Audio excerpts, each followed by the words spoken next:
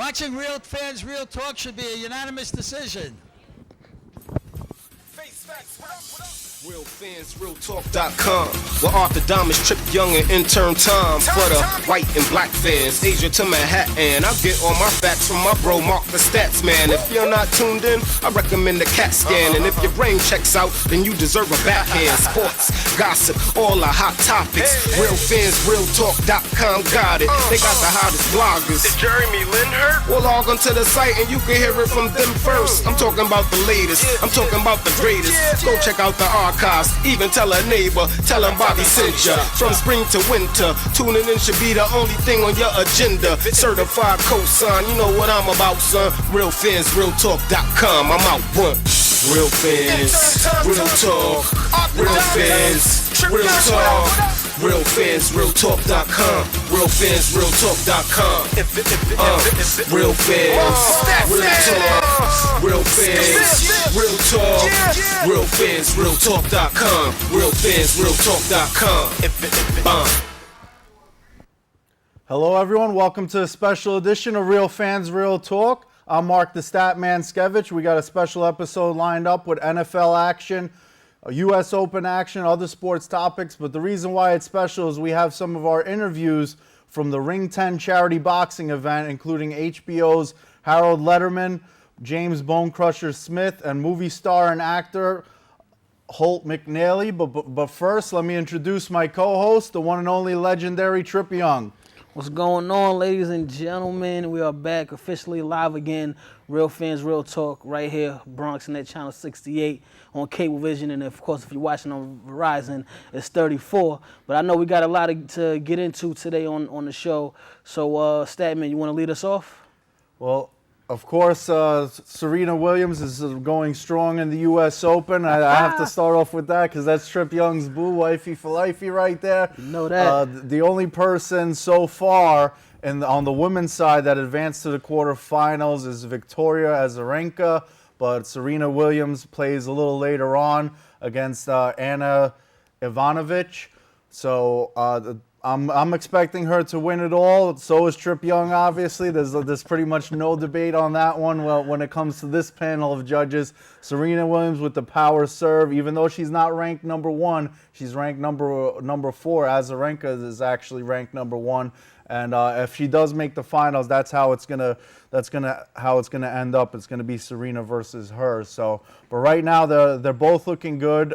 Serena's only a matter of time before she advances to the semifinals. So, Trip Yung, any thoughts you want to add to wish your wifey some good luck out there? I mean, listen, I keep telling y'all, like I'm just through with this whole rating system. I know it, Statman, you know it, and everybody out there knows that my wifey boo, Serena, is the best in the world. She's dominating every event, and that's why her nickname is Smoking Aces, because they can't stop her at all. She swept through the last round 6-0 in straight sets. Just dominating fashion, and she started off a little slow. I gotta say that because I had to give her a little pep talk in between matches because she started off a little bit slow, and I called her in between. I said, "Baby, listen, get it together. I know we took an extra night for vacation and everything, but get it together. We got a lot of people that's counting on you to come here and represent for the United States and take this U.S. Open like you did at the Olympics and like you did at Wimbledon. So, you know, just keep it up, baby. And, of course, we're going to celebrate afterwards.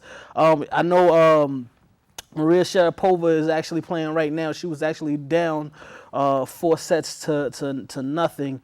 So it's not looking good for her. But of course, if you check us out on the web on RealFansRealTalk.com, we can update you more on that as the match comes to its conclusion, because we are actually live in the studio. And as Statman said, Azarenka, she did advance. That's the quote unquote number 1 seed.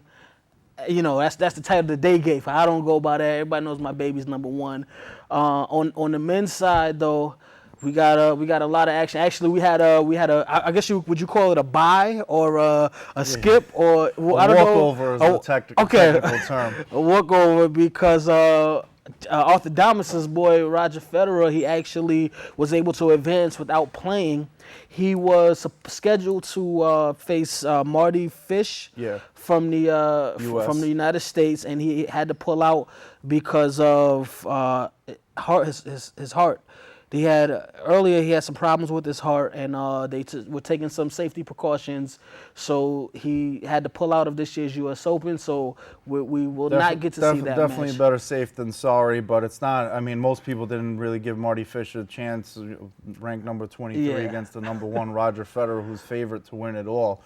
But he advances. Mr. Bankai, as Arthur likes to say. He advances, and so does Andy Murray. And the interesting thing is it won't be a rematch of the finals of the gold medal round and Wimbledon, because this time Federer and Murray, if they pass the quarterfinals, they'll be going to the semifinals where they will play each other. So we'll have a different finals in there. Well, getting back to Serena, one last thing I wanted to mention is the fact that she has that power gives her a significant advantage. That's basically how I feel as far as that goes. Andy Roddick also announced his retirement on Friday. We talked about it for a while. We talked about the history of his career on this past Sunday's radio show, which airs every Sunday at 5 p.m. Eastern Standard, but we're actually changing it because of football action. This Sunday we're going to start airing from now on. During football season, we air at 7 p.m. Eastern Standard Time on RealFansRealTalk.com. So make sure you take a note of that. We'll be on now from 7 to 8 instead of from 5 to 6 like we usually are. But we are live every Tuesday on BronxNet from 5:30 p.m. Eastern Standard Time to 6:30 p.m. Eastern Standard Time. But Andy Roddick did announce his retirement on his 30th birthday. He plays a little later on to try to advance to the quarterfinals himself. But he faces off against Del Potro, who gave Roger Federer a run for his money before in the last tournament before on the semifinals of the Olympics. So I think the buck stops here for Andy Roddick. So I hope he advances as far as possible because he is American and he is retiring. Yeah. So I wish him the best as far as that goes. Definitely like to see him go out on top since he is holding it down for the red, white, and blue. Also, Kim Clijsters, she announced that this will be her last tournament as well. She's also retiring, so happy trails to both of them at the end of this tournament. Like Statman and myself said, she's actually done though. She was eliminated and she played in mixed doubles and lost in that as well. So his career, Kim Clijsters. Her retirement is official as well. Since we are in the Bronx, getting to the New York Yankees, A-Rod is back, but he's coming back to a Yankees team that seems to be struggling. Trip Yung, you worried at all as a fellow Yankee fan over what's going on with the Yankees right now? First of all, as you can see on the head, on both of our heads, that Yankee swag does not allow me to be worried. It's the Yankees, and I know, we're one of the best teams in baseball every year, and obviously we're going through our injuries right now with Pettit and A-Rod's been out, CC's been bouncing back and forth, so we've been going through a lot with that. But I'm not worried. We had Job out for most of the year. We had Mariano Rivera out for the majority of the year. But we're he still might here. come back for the playoffs, and we're still in first place in the East, regardless of all those injuries. So. We're only one game ahead of Baltimore right now. We just lost 2 in a row. We play Tampa Bay at 7 o'clock, which is shortly after our show. So those of you Yankee fans out there, I hope you enjoy the game, and let's hope there's another W coming our way. Sticking to baseball, though, the long topic about the Stephen Strausberg, for those of you that don't know or aren't familiar, Stephen Strausberg is the best pitcher on the Washington Nationals, one of the best in the league, and they have a 160 inning rule, of approximately between 160 to 180 innings, because he had Tommy John surgery last year, which is a surgery on your elbow. So he had an elbow Tommy John surgery last year, and a lot of experts are saying that around 160 innings is around the point where it's time to hang it up for the season, because there's a huge risk of him re-injuring it. Now that's debatable, because other experts say that the year after Tommy John surgery you have the best chance to play an entire season. And Strausberg says you're going to have to pry the ball out of my hands, but if they don't put him on the mound in the first place, there's no prying the ball out of his hands. So I appreciate the enthusiasm there and wanting to play Strausberg, but they actually set the official date as September 12th for Strausberg to be done for the season. And that's really going to ruin the morale for the team, in my opinion. We'll save that enthusiasm for when he comes to the Yankees and plays the entire season. Plays the entire season. I'm sorry, this my Yankeeism just automatically just says that whoever I want to be on the Yankees will eventually be on the Yankees. So that's just some foreshadowing for down the line. I also got Tim Lincecum on that list as well. And there's a couple other guys, but we'll save that when we do our Yankee special. But that brings us actually to one of our fan mail questions from Chris in Washington. He asks, will the Nationals be able to hold on to the best record in the league after Stephen Strausberg is officially shut down?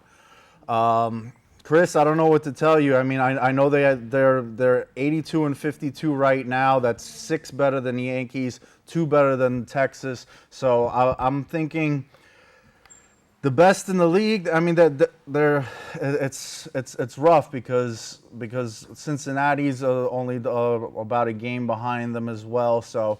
And like I said, it's not even just the games that he's pitching. If it was just the games that he's pitching, that's one thing. But when you take out your ace, the rest of the team is going to say, wow, we thought we had a chance at the World Series now, and this severely diminishes our chances, and it's going to screw up the morale of the team. It's not just the pitching. It's going to be the hitters aren't going to be as motivated because they're seeing it as their chances for a World Series this year is less likely. So I'm sorry, Chris. The Yankees have to win again. It's not going to be the Nationals. Yeah. But what do you think, Trip Yung? Do you agree with that? I do. I agree 100%, especially when you think once the playoff starts.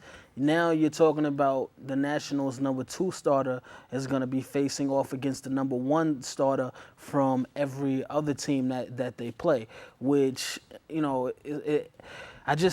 I'm just not happy with this decision at all. I really think that they should ride this thing out. I know you want to be cautious and you're planning ahead for the future, but sometimes you got to think about right now because there may not be a future. The Nationals just got this good this year, and who's to say that this will happen again next year or the year after that, even if Stephen Strausberg pitches the way he's pitching.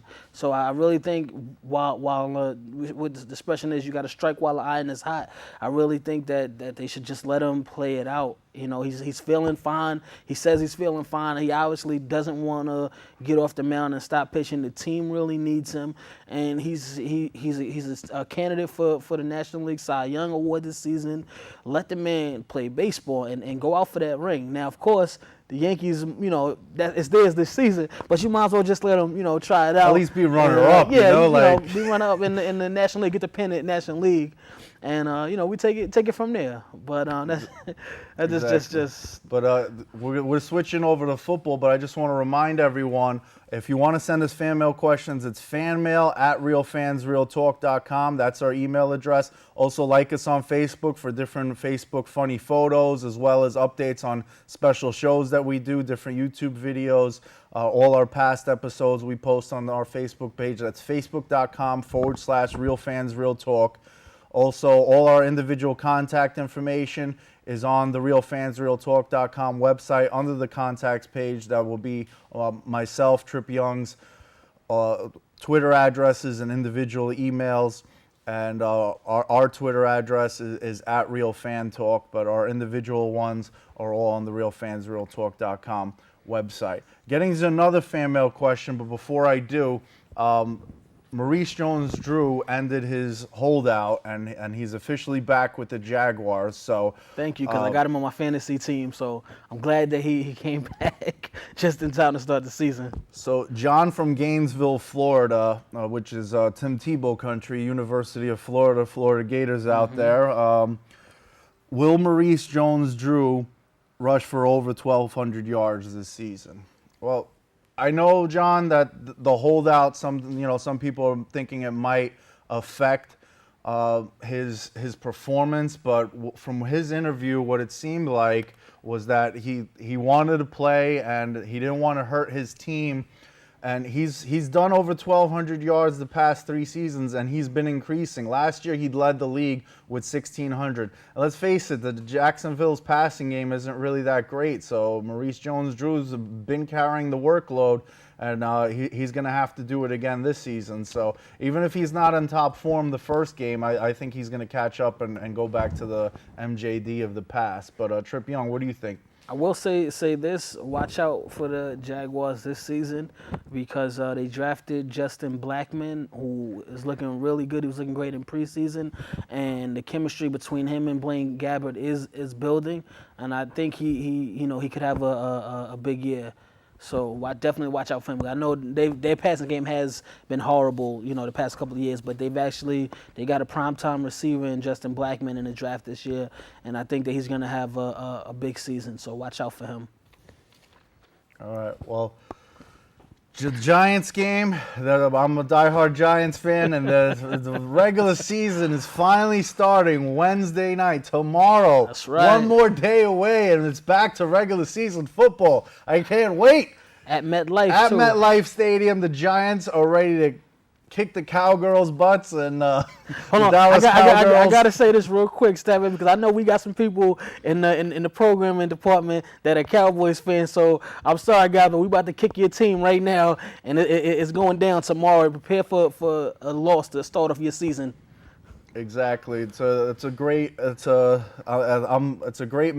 It's a great way to start off the NFL with the opening night having one of the biggest rivalries in the history of the NFL, one of the oldest rivalries, the Giants versus the Cowboys. That tough NFC East, which is the most difficult division in all of sports, and also the most popular division with all the big city teams there: New York, Dallas, Philadelphia, and Washington. But this brings us to a new segment of Real Fans Real Talk, which is the Real Fans Real Talk staff pick. So we're going to go and we're going to pick who we got for each individual game, starting with that Giants versus Cowboys game. I think that's pretty much a no-brainer as far as that Unanimous goes. decision. I'm going with the Giants. They're a 4-point favorite over the Cowboys. They're playing at home. Just coming off the Super Bowl victory. I'm picking the Giants for that first game. Trip Yung, do you concur, sir? You know what? Let me check my stats here. Let me take the facts. You know what? I'm going with the Giants by 2 salsas. All right, that's my pick on that one. That's 2 Victor Cruz salsa dances. By the Exactly. way. So you know what that translates means. to 2 touchdowns. So I got the Giants. The next one is the Colts in Chicago at the Bears. I'm going with the Bears on this one. I know Andrew Luck is supposed to make a difference, but I don't think he's passing by the Bears defense or the Bears team as a whole, especially in Chicago. No way. Now, they're not going to Chicago against that Bears defense, and he's gonna come out looking like Mr. Clean. They're gonna hurt that boy. They're gonna hit him. He's gonna go down. He is not gonna have fun in his opener. So I'm looking forward to that game actually, because all this Andrew Luck talk, we're gonna see it's time to show and prove with Andrew Luck. But who we got next? We got the Philadelphia Eagles against the Cleveland Browns, and as much as I hate the Eagles, I gotta think that they're coming out with fury there. I mean, they have some type of the motivation between Andy Reid's unfortunate death of his son, how they want to win it for him. They have a really talented team on paper. They haven't been able to put it together last year, but I think a little bit more chemistry, and they'll probably be second place in the division this year behind the Giants. So I think they're much better than the Browns. I got to go with the Eagles on that one. Yeah, I'm taking the Eagles too. My boy Michael Vick, he's my favorite quarterback still. As much as I hate the Eagles, I still want him to do well. And it's the Browns; they haven't gotten better. So we can jump to the next one. All right, the New England Patriots against the Tennessee Titans. Well, the Titans are home, but I still got to go with the Patriots on this one. Yeah, I mean, it's it's Tom Too Cool, man, versus the Titans. What do you expect? They got Wes that's kind of Welker, more of a no-brainer. Brandon as well, Lloyd but over there, Gronkowski, Hernandez.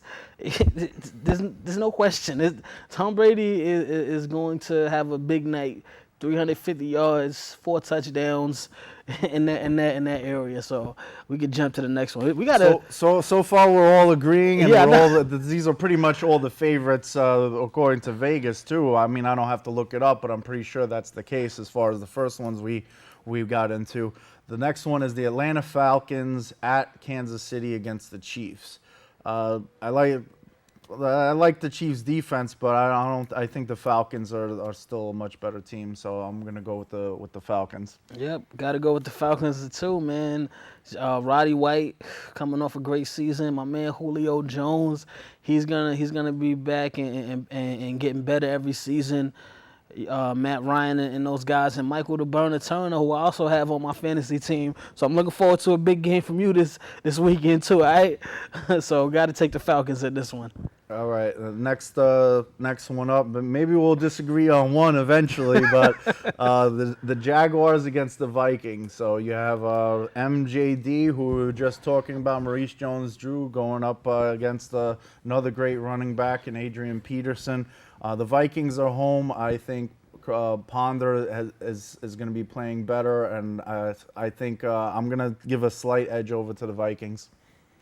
You know what? I'm going with Jacksonville on this one. Adrian Peterson, I know they're trying to hide this, until the day of, but I don't see him having a crazy game in game 1 of the season. I think it's going to take him to about week 3 before he's back to his beastly form. So, and I know Maurice Jones Drew has been out, but he hasn't been out with injuries. He's actually healthy, and even though they're going to start Rashad Jennings, Maurice Jones Drew is going to be that third down back, and I can see him doing some damage on third down. So I'm going with Jacksonville on that one. All right, well, that's going to actually bring us to another fan mail question. We're going to take a little break in between our picks just because it is the Jaguars against the Vikings. Gene from Bridgeport, Connecticut writes, which second-year quarterback will have the better season, Blaine Gabbert or Christian Ponder? And I'm going with Ponder. He didn't play a full season last year and had more touchdowns than Gabbert, and that's also why I'm picking the Vikings. I think Ponder has a little bit clicked a little bit better with his team last year, even though he only played 11 games of the season. He didn't start the first few, but I think he'll do a good job, and I think he'll have a better season than Gabbert. I got to disagree. I'm going with Gabbert. And now, had they not drafted Justin Blackman, I probably would have agreed with you in taking Christian Ponder. But I like I said, I really think that they got a great receiver in Justin Blackman, and I'm looking forward to him having a big season this year. So I'm gonna go with Blaine Gabbert, and it doesn't hurt that you also got Maurice Jones Drew, who catches 60, 70 passes out of the backfield too. So Adrian Peterson on the Vikings, kind of with the rushing game, it takes some pressure off of the quarterback, and Maurice Jones Drew has been the workhorse like we mentioned earlier. So I'm not really sure how often Gabbert's going to throw, and he had that luxury last year, and he didn't really do so well. But that is a good point with the new rookie.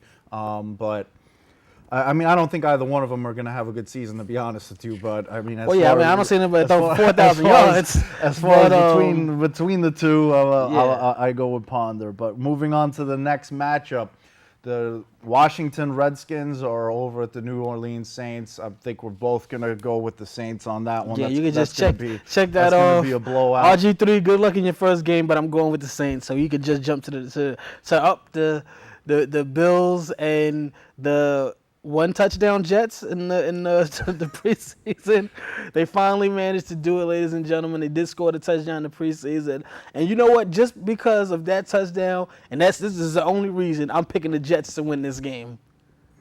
I was gonna pick the Jets too, but it seems like we're agreeing too much. I mean, the Bills last year, I think they split it with the Jets. I think they won one and lost one. The Jets usually have been beating them the past few years, but well, again, I'm only picking the Jets just because they scored, and I'm just, I felt bad they didn't score a touchdown the whole time. I think they're actually, the Jets are actually going to win because of the fact that, I've been saying it the whole preseason. I think they were kind of playing possum during the preseason, and plus Rex Ryan has a lot of trick plays. So the Bills are going to be the first experiment with all the trick plays that the Jets have to offer. So I'm going to agree with the Jets as well. Next one is the Rams against the Lions. I believe I'm going with the Lions too. That one seems like that's going to be a blowout. So yeah, I'm going with the Lions on that one too. And I gotta say this because I wasn't on the air this past weekend on our website, on our radio show, realfansrealtalk.com. I had to shoot, so I wasn't there. And I know Arthur Damas he kind of got at me about picking Matthew Stafford over Eli Manning in the Real Fans Real Talk Fantasy Football League. And I want to say once again, there's a difference between fantasy and reality, and which is why I would pick Matthew Stafford over Eli in the fantasy league, as opposed to in real life when we're talking about real wins and winning championships and winning games. I would pick Eli Manning, hands down. But again, fantasy football, it's all about the stats and the numbers. The more yards you get, the more touchdowns you throw, the more points you get. It has nothing to do, wins and losses don't count in fantasy football. So in real life, obviously, I take Eli Manning over Matthew Stafford because myself, I'm a winner, and I'm going to run with the winners, hands down. But in this particular game, of course, I'm going with the Lions. I really don't see the Rams having any kind of chance with those boys. Megatron is looking beastly. Stafford, he's coming back off a career year last season, which he actually stayed healthy, even though he had the little hand problem in the preseason. But I'm still picking the Lions in this game.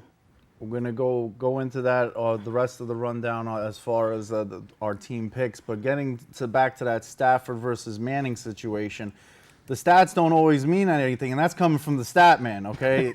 So number one, Stafford does have Megatron, Calvin Johnson, like you mentioned, who has a huge wingspan, height, vertical leap, catching ability. He's like 9 feet tall?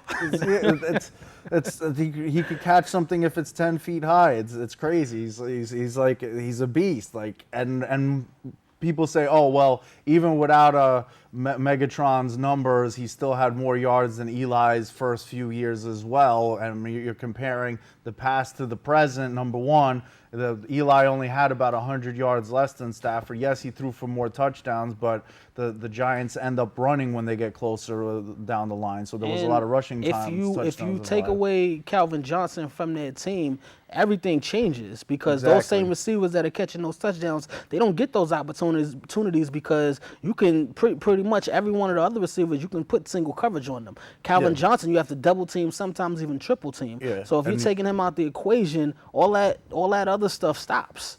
So I don't know about if he has those same 5,000 yards and 41 touchdowns if he doesn't have Calvin Johnson on his team to catch what he catches and to take the pressure off of the other receivers and off the other side of the field in general. Exactly. Not only double teams, but you're even if you put him in single coverage, you're putting your best defensive back on him. Exactly. And that's, that could be somebody that guards somebody else if Calvin Johnson's not there. So Eli Manning gets it done in the playoffs when it counts and wins Super Bowls. So, I mean, in the fourth quarter, quarterback rating, the best in the league. So I don't see how anyone could really argue that Stafford's better because he threw for 100 more yards and he has Calvin Johnson. Eli Manning, I know a lot of people think I'm biased here because I'm a Giants fan, but Eli Manning, his receivers change constantly every year. Even last year, this year, he lost his third receiver, Mario Manningham, who had that big catch in the Super Bowl. So he loses people every year. He lost Plexico Burress, he lost Shockey, he lost Boss. Every year it's a different lineup. Every year he manages to bring chemistry. Cruz had a good year, but he was supposed to be a nobody at that point. I believe this is the first time that Eli is actually starting the season with a top 10 wide receiver. Yeah, from last year. But let's move on because we got to get through this because we got some surprises later on in the show. We got those interviews lined up for you guys, those boxing interviews. So let's run through these quick. All right, I'm taking the Texans over the Dolphins. I got the Texans as well. Packers-Niners is a close one. That could really go either way. The fact that the Packers are home is probably what's making me lean towards them. I think the Niners are the team to beat in the NFC this year, but I think the Packers will take it. Yeah, I'm just home field with that one with me. If it was in San Fran, I'd have picked the 49ers, so I got to go with the Packers at home. Seahawks against the Arizona Cardinals. The Cardinals are home. It's a close one. I'm going to go with the Seahawks, though. I got to take the Seahawks too, man. I like the way they're looking, and the Cardinals, they barely picked the QB. The Seahawks released Terrell Owens. That shows you how well their receiving core is, especially after how he did, running the 4.5 40, how he looked before the season started and before they signed him. Exactly. The Panthers against the Buccaneers. I got to go with the Panthers on that one. Cam Newton, second season. I think, that one's two not so good teams, but I think the Panthers are slightly. I got to give them the edge slightly on that one as well. Him and Steve Smith, they got it. They got that chemistry down pat, and I'm only looking forward to seeing him get better and better every year. So, Panthers. All right, so Steelers and Broncos. I'm going with the Steelers on that one. I know the Broncos are home. Peyton Manning's back. He can't wait to throw. I got to go with the Steelers on that one, though. Now, this one was actually the toughest decision for me because Ryan Clark is actually not going to be playing in this game. They're keeping him out for health reasons because of the climate in Denver. Yeah. Which, the altitude up there, this is not just Ryan Clark. A lot of players are affected by this. That's a huge home field advantage. Yeah, that's probably got to be, that's home field advantage right there. When you go to Denver, that's real home field advantage. But you know what? I'm going to still take the Steelers on the road because I just think that defense is too good. And I still think that Peyton needs a little bit more time with these guys as far as playing against a top 5 defense.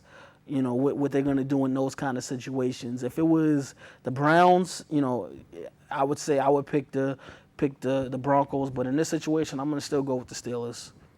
Just to make one other comment for those of you that didn't understand as far as the Broncos, the altitude, what that does is a lot of other teams, every Denver team, the Denver Nuggets too as well, like who I call the Denver Nuggets in basketball.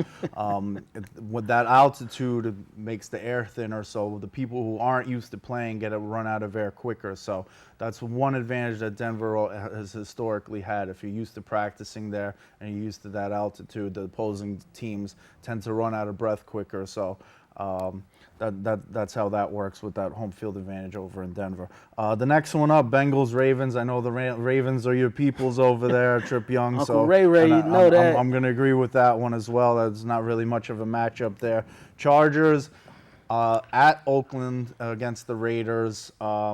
That's a close one as well. I'm leaning towards the Chargers on that one, though. I was initially going to pick the Raiders, but I think I'm going to pick the Chargers on that one. You know what? I'm going to go on a limb here and pick the Raiders. I think that Darren McFadden is developing to one of the best running backs in the league. Darius Hayward-Bay is finally starting to come into his own as a receiver. But I think this season is going to rely on Carson Palmer. If he can actually get things together and get back to where he was, they could make some noise in the AFC I actually West. think the Raiders are the better team, but I'm just picking that as I guess my upset in a sense. It's not really much of an upset with that one. But, because the Chargers actually fell off the past couple of years. We disagreed on that one, and you picked the Jaguars, and I got the Jaguars. So there's only 2 games we got to watch to see which one of us was wrong, but we'll have the staff picks on the RealFansRealTalk.com website. We are live in the Bronx at 5:30 p.m. Eastern Standard Time every Tuesday to 6:30 p.m. Eastern Standard Time, and our radio show airs every Sunday at 7 p.m. Eastern Standard Time. It used to be 5 p.m. We're switching it over to 7 so you could finish watching both football games and have a preview for the Sunday night game. You can check out the Real Fans, Real Talk crew, what they thought of the games on Sunday, whether me or Trip Yung were more accurate in our picks, even though most of our picks were the same other than those two. You could also make sure you like us on Facebook, facebook.com/Real Fans, Real Talk. Our Twitter, follow us on Twitter @RealFanTalk. Our individual Twitter addresses, email addresses, all on the RealFansRealTalk.com website. Slide over to the contact section of the page, and you'll have all our individual email addresses. It's fanmail @RealFansRealTalk is our main email, which gets sent to all of us. And also, if you want to see our previous TV episodes and our previous radio episodes with the rest of our crew, Arthur Damas, Face Facts, and the artist formerly known as Intern Tom Delgado, just go to RFRT Media, click on that, and you'll have our old radio episodes. Our old TV episodes are just on the drop-down menu under RFRT TV. Yep, and So- with that being said, we are going to get into the video of our first legend from HBO Sports. If you watch boxing ever on Friday nights on HBO, if you ever saw a pay-per-view event, you know who Harold Lederman is. He is the man behind the Lederman card. He's been judging fights for, I want to say, close to 40 years, 30, 40 years? It's 34 years. 34 He years? started in, well, it's on the interview. You'll see. Yeah, we're gonna let Mr. Lederman tell you guys about 40 that. years, 10 years as an unofficial judge for HBO boxing, a little over a decade as the unofficial judge, but he was an official judge, and why he quit and a lot of other things are on this interview. This interview, basically from the Statman himself, asking Harold Lederman a lot of interesting questions. So Let's go when to you the guys tape. are ready upstairs, let's roll that footage.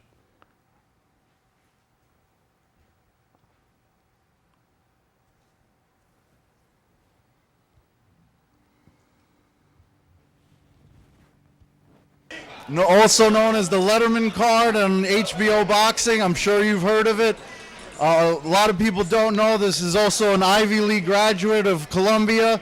He got his license to judge title fights right after he graduated in '67. Ended his judging career in '99 and still works with HBO Boxing. Harold, I have to ask you, what made you decide to stop judging fights? I stopped in 2001. We were getting a lot of controversy because I would score a fight for a guy who would later appear on HBO, and there was just too much conflict of interest. So HBO asked me to stop judging, and my daughter judges, said that's fine. I'm just working for HBO, and there's no conflict with anybody. You mentioned your daughter Julie, who judges as well, and I was wondering, do you guys usually see the fight the same way sometimes, or most of the time? Or I would say most of the time. We go over a lot of fights together, so we can get some ideas about how we're thinking, and I try to teach her as much as I can. you also talked about the controversies with boxing and judges. Do you feel that the judges still feel the same way? Is it the same as it was before? Is it worse as far as the sport of boxing is right now? I think boxing right now is being judged very, very well, on a professional level. The only thing I'd like to see is that these commissions knuckle down a little bit, use their brains, and when you get a high-profile fight, just pick the 3 best judges you can find. Forget about where they live. Forget about what sanctioning body they belong to. Pick the 3 best judges, period. In other words, if a fight comes along in Las Vegas because the casinos are putting up the most money for a high-profile fight, whether it's Pacquiao against Floyd Mayweather or whoever, pick 3 judges that you know are really outstanding judges. Let's say Julie Lederman from New York, Joe Pasquale from New Jersey, Max DeLuca from California, Michael Pernick from Florida. Pick the best judges. Forget about where they live. Nevada's real starchy about this thing. They're always using Nevada judges because they want to get Nevada. They want to keep the money in Nevada, make sure that their judges get the most money, and it's not fair. Their judges are screwing up. They should get the best judges you can find for high-profile fights, regardless of where they live. Just pick the best. Well, that definitely makes sense because you do want to call the fight right. A recent fight, the Pacquiao-Bradley fight, you had it scored 119 to 109. Do you feel that Pacquiao got robbed in that fight? Oh, absolutely. I mean, Manny kept nailing him with that left hand. I mean, you couldn't miss it. He just whacking him constantly, definitely doing more damage. Bradley had a sprained ankle. He couldn't set his feet to punch, for God's sake. Bradley's head was getting popped back all the time. Manny Pacquiao, I never saw one point in that fight where I could honestly say he was hurt. Not even once. If the fight were to happen, Pacquiao versus Mayweather, who do you think would win? I never predict fights that I might have to keep scoring. So, I'm not partial to one guy or another. It would be a great fight, though. Southpaw against the right-handed guy. Power puncher in Pacquiao against the speed guy in Mayweather. It's a great fight. Do you think the fight will ever happen? Oh, definitely. Definitely. Early 2013, I'd say. Yep. Great. Also, Hall of Fame boxing, Harold Lederman from HBO Boxing. It was a pleasure to have you on the show. You get a... Yeah. Welcome back, RealFansRealTalk.com. We're bringing the legends into you, ladies and gentlemen, and it doesn't get any bigger than that man right there in boxing. Statman, you had the esteemed privilege of talking to one of the greats, and I'm gonna let you go in. Go in, man. I gotta say, I'm usually calm, cool, and collective. I was a little nervous there in the beginning with him, as far as, but he was great. He was great beforehand. He was great afterwards. He's a great guy as a person. He had no problem doing the interview. He answered the questions great. I mean, it was definitely an interesting interview. It was a privilege to have interviewed him. It was definitely fun. And the Ring 10 charity event was a lot of fun as well. If you would like to donate to Ring 10, the website is ring10ny.com.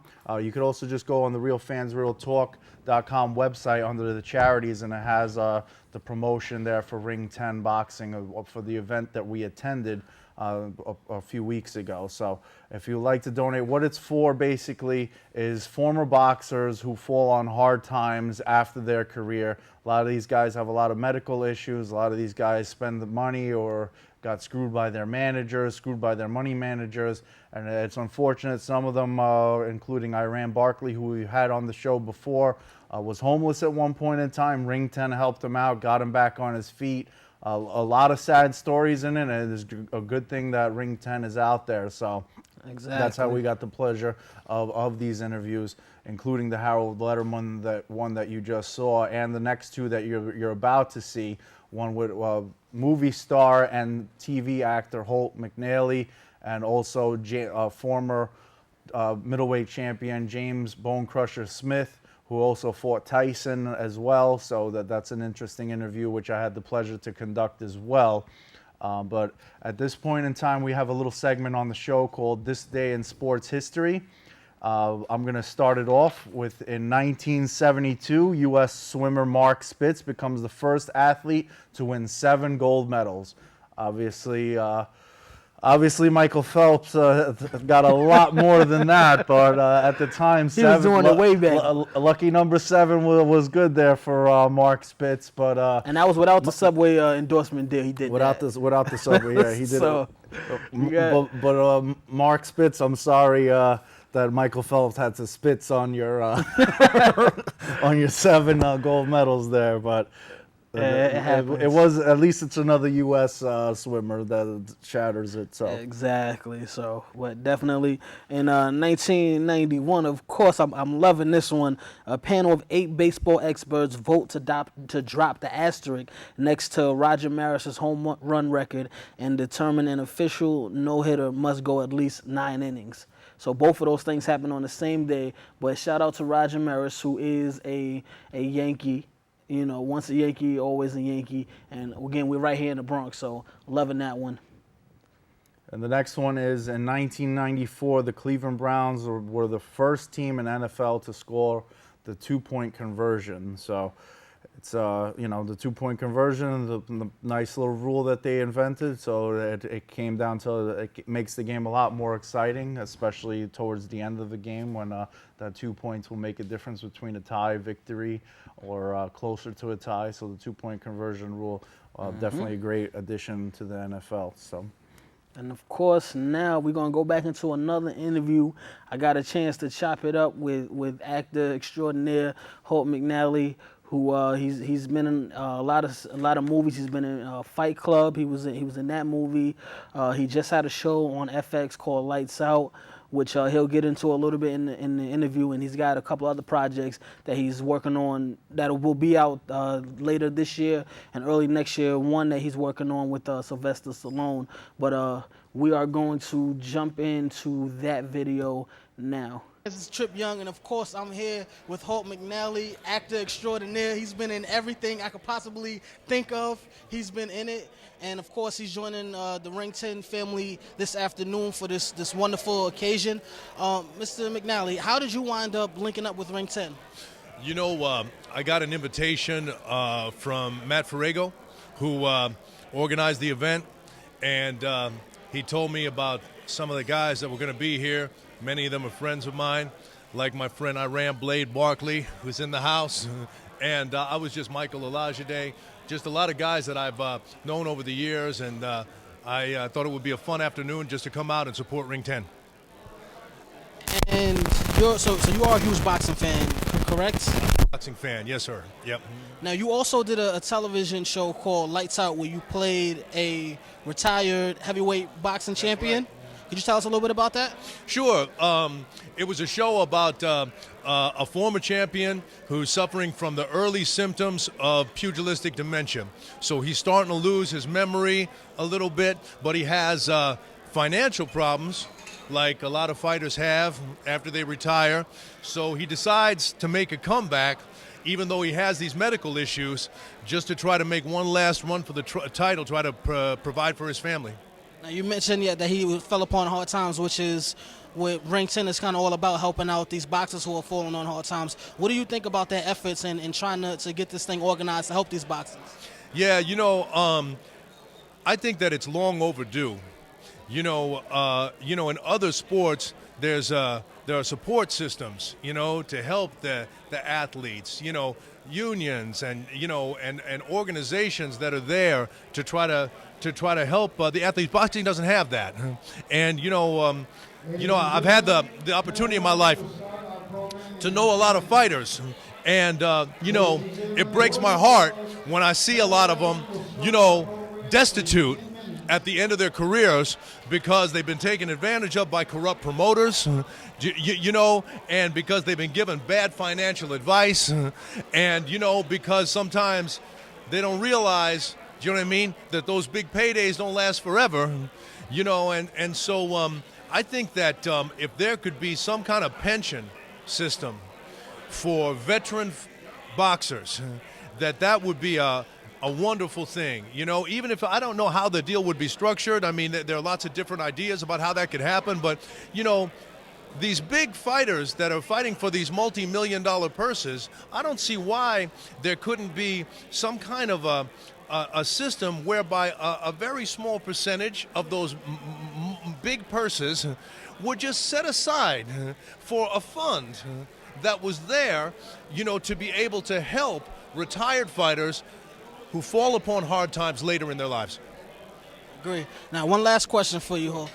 Are you working on anything currently? Yeah, I'm in a movie with Sylvester Stallone that comes out February 3rd called Bullet to the Head, and I'm in one with Sean Penn that's going to come out, I think, January 12th or 14th. It's called The Gangster Squad.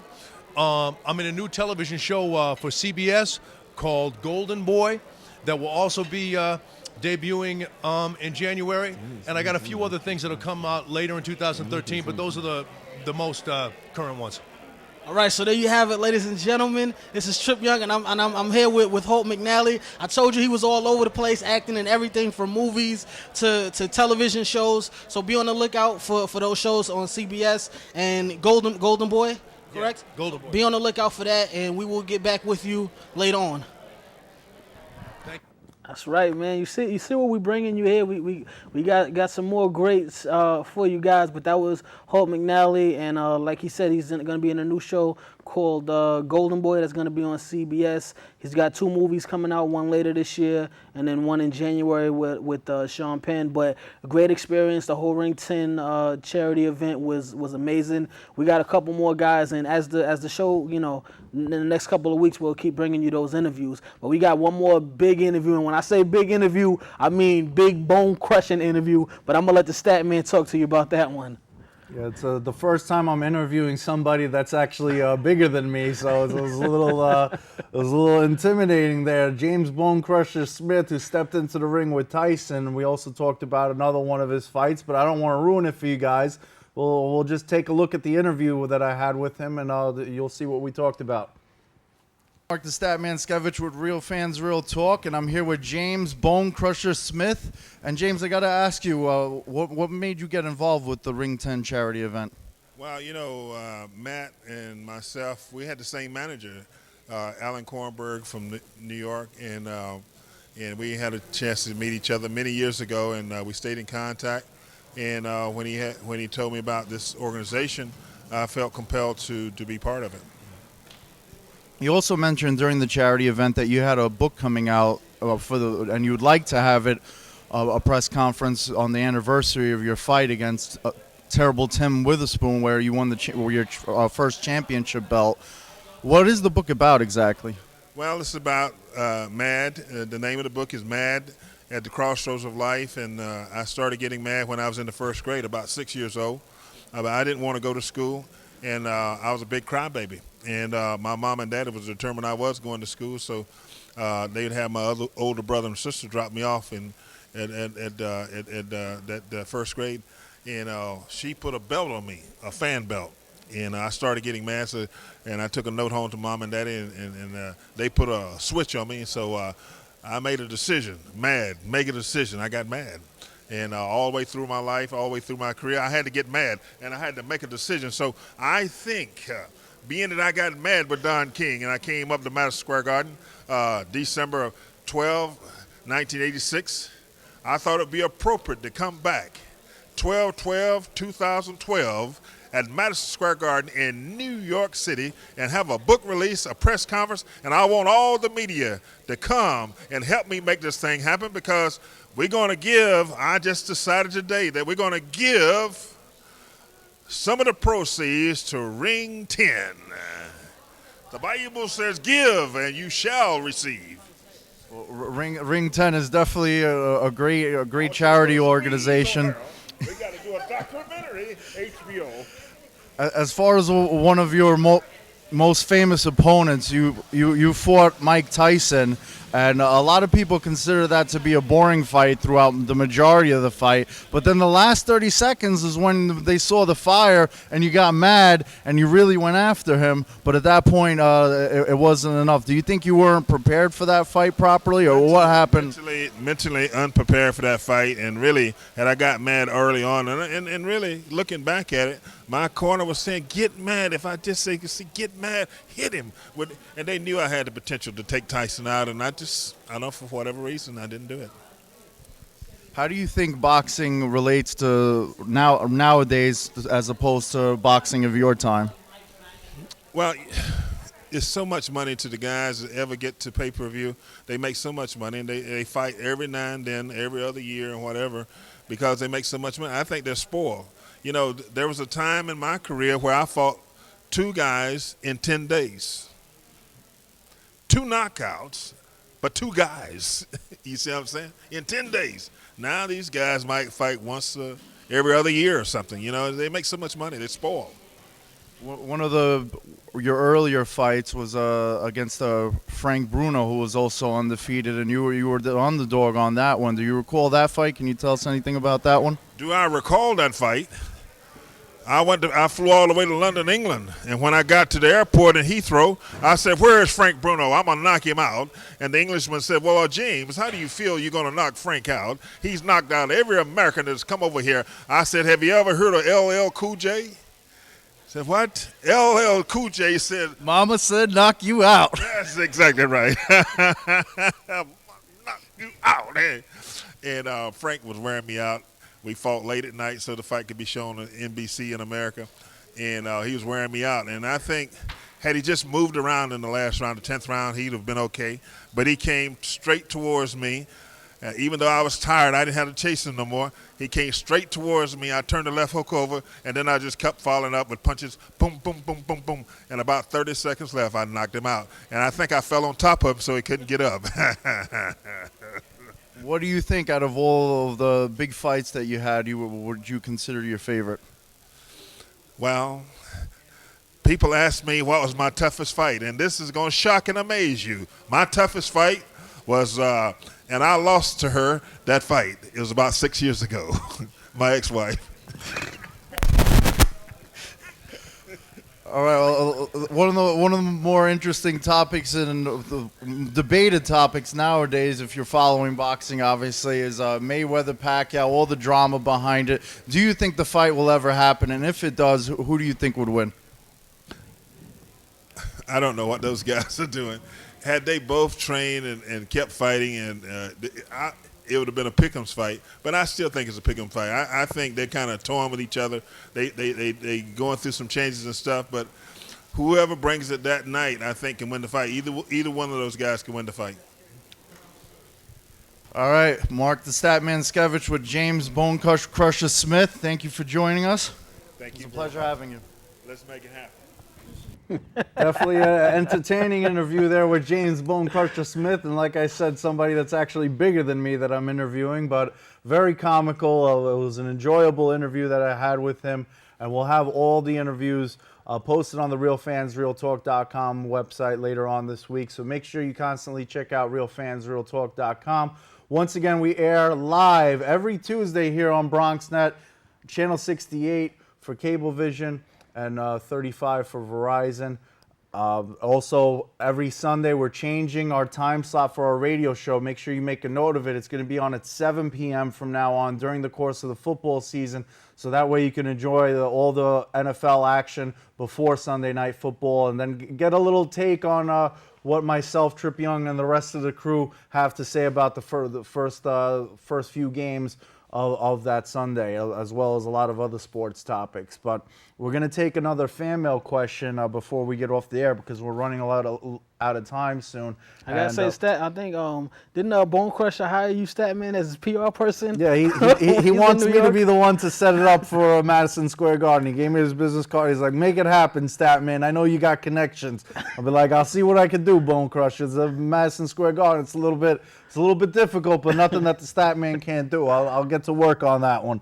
So exactly, it's definitely we're trying to make that December 12th thing happen in the Garden. But one of our fan mail questions, Charlie from Baltimore asks, who is the best running back in the AFC? I'm assuming Charlie, being from Baltimore, believes that it's Ray Rice.